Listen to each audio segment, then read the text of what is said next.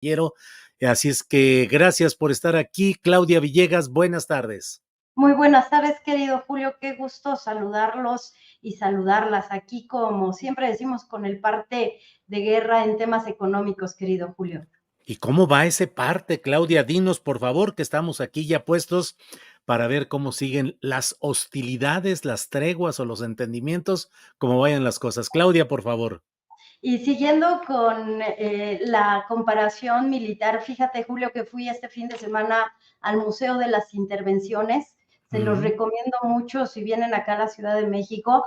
Lo renovaron y nos deja claro, Julio, cómo desde 1854 hasta pues la época posrevolucionaria, México en sus periodos electorales siempre ha tenido que elegir por dos modelos de país entre libertadores y conservadores, y me permito utilizar las palabras, Julio, porque durante todo el recorrido del Museo de las Intervenciones vemos como más allá de si se es de derecha o de izquierda, hay una lucha, hay una confrontación porque el pueblo y los empresarios parece que no nos hemos podido poner de acuerdo, pero ya regresando a las cifras actuales de este 2024, Julio, a 72 horas de que concluyan, a menos de que concluyan las campañas electorales y a 6 días de que votemos, Julio, vale la pena recordar qué sucedió con el salario mínimo.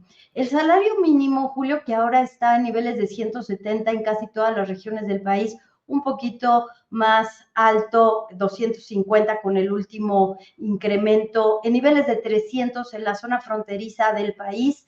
A juicio de analistas consultados por la revista Fortuna, Julio, es uno de los factores que se había despreciado mucho. Decía, no, pues es que el salario mínimo es nada más que una referencia.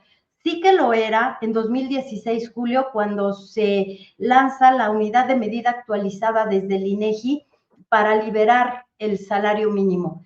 Y se dice, y algunos analistas aseguran, que no fue el resultado del gobierno actual que el salario mínimo se liberara de estar atado, de ser una medida para multas o para trámites y que por eso no subía. Hay que recordar, Julio, que al inicio de la década del 2000 teníamos un salario mínimo en términos reales de 59.8. Imagínate, Julio, qué bajo estaba nuestro salario mínimo. Y que pues hacia el 2022, como les decía, estaba en niveles de 172.9.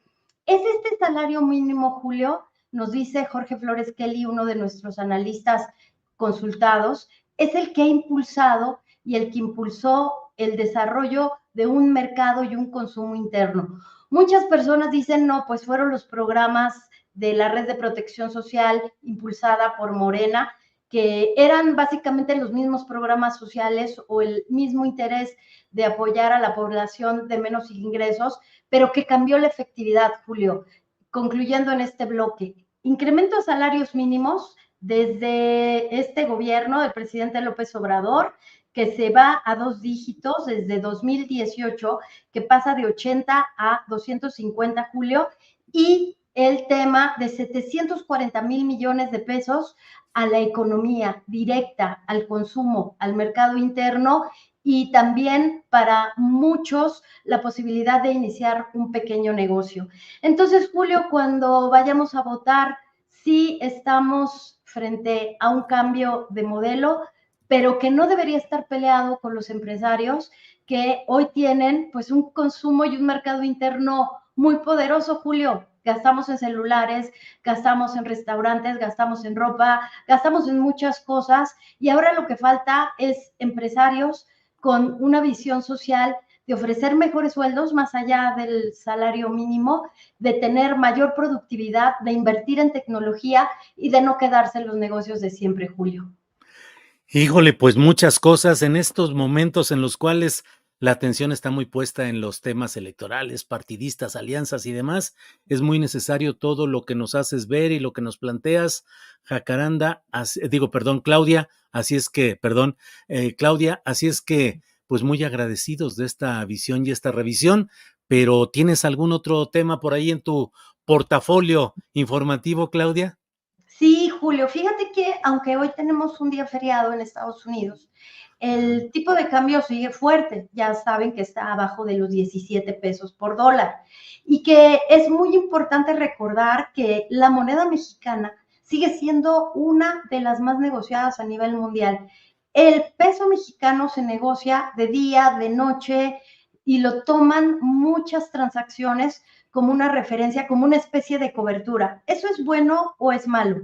Es bueno, Julio, mientras el peso mexicano siga teniendo esta fortaleza estructural. A los extranjeros les gusta mucho el peso mexicano por el bajo nivel de deuda que todavía tenemos, les gusta mucho por la fortaleza que tiene del ingreso de remesas, les gusta mucho por el ingreso que se tiene de inversión extranjera directa y que debería estar apuntalada por inversión extranjera nacional. Creo que en este espacio, Julio, cuando empezaba la pandemia, comentamos que los empresarios no querían apostar por México, que estaban esperando que el modelo que estaba impulsando la actual administración se debilitara para después poder invertir. Una vez más les decimos, Julio, se les puede ir el tiempo. Muchas gracias. Muy bien, Claudia. Muy bien, muchas gracias. Bueno, y mañana, 8 de la noche, otro programa de economía social. Así es que estaremos puestos para mañana estar viendo tu programa, Claudia.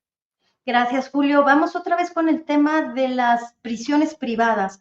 Nosotros tenemos un compromiso con ese tema, que se tiene que revisar lo que se privatizó, lo que se entregó, los contratos durante la gestión de García Luna. Y también vamos a hablar de un tema muy interesante, que es cómo estamos visualizando la responsabilidad social de las empresas, Julio, en economía social, y que tengan un excelente inicio de semana.